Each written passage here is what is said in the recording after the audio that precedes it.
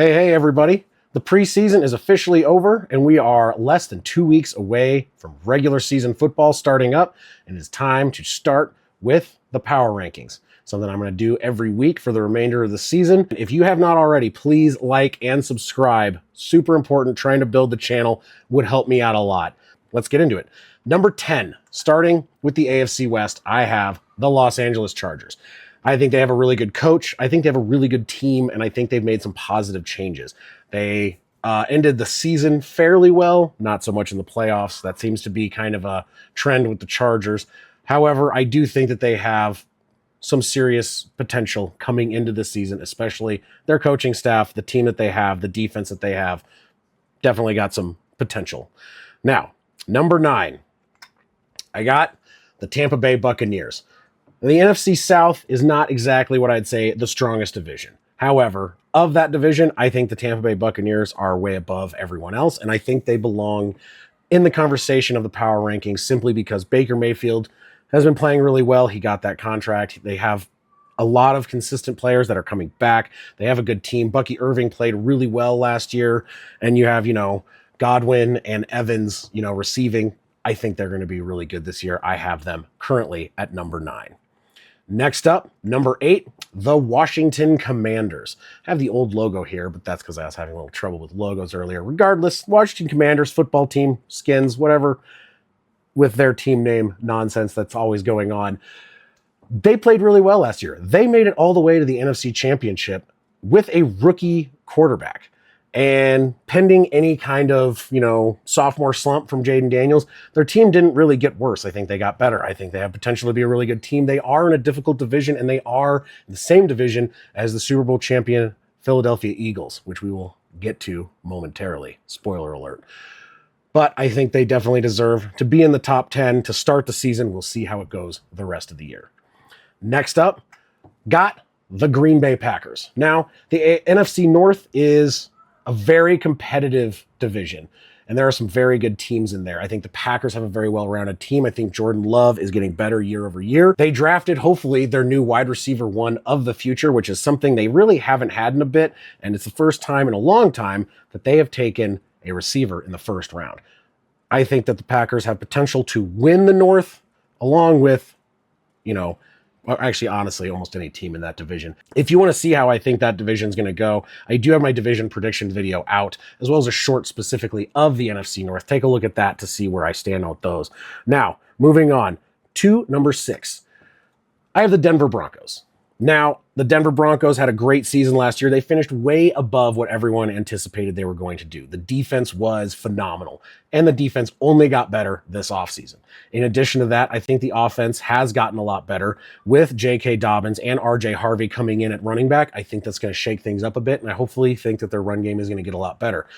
Bo Nix consistently got better throughout the year, which means that hopefully he should continue from where he left off and kind of continue to be able to run Sean Payton's offense effectively and be able to score quite a bit more points and not have that slow start, which kind of plagued them a little bit early in the season. So for those reasons, that's why I have them at number 6. Next up, back to the NFC North, I have the Detroit Lions. They looked a little bit stronger overall last year, and I think it's going to be a really close race in the NFC North for any of these teams to make it. I think right now, depending on how the early part of the season goes, I do have the Lions above the Packers. That could easily change, and you could see maybe even the Vikings weasel their way in here. Heck, even the Bears, if you see leaps and bounds of improvement from Caleb Williams. But right now, I have the Detroit Lions at number 5. Next up, we have the Baltimore Ravens. The Ravens have a phenomenal team. Lamar Jackson is an amazing quarterback. They have Derrick Henry, who played very well for them last year. They have a generally good overall team. They improved their defense this year, especially in the secondary, which was one of their points that they struggled with. I think they have potential to be considerably better. They do have one of the toughest divisions, regardless of the skill level or the quality of the other teams in their division. Somehow that division always plays themselves incredibly tough, and it's very hard for one team to get through that without getting kind of beat up a little bit. But I think the Ravens have a good enough team. They have a good enough depth that they are going to definitely be there, and I have them at number 4 to start the season. Next up, You have the Buffalo Bills. Now you got reigning MVP Josh Allen. You have some improvements, I think, on defense, and you have some changes on offense. Nothing dramatic or too crazy. They had a very good team last year, and I think that's just going to carry over into this year.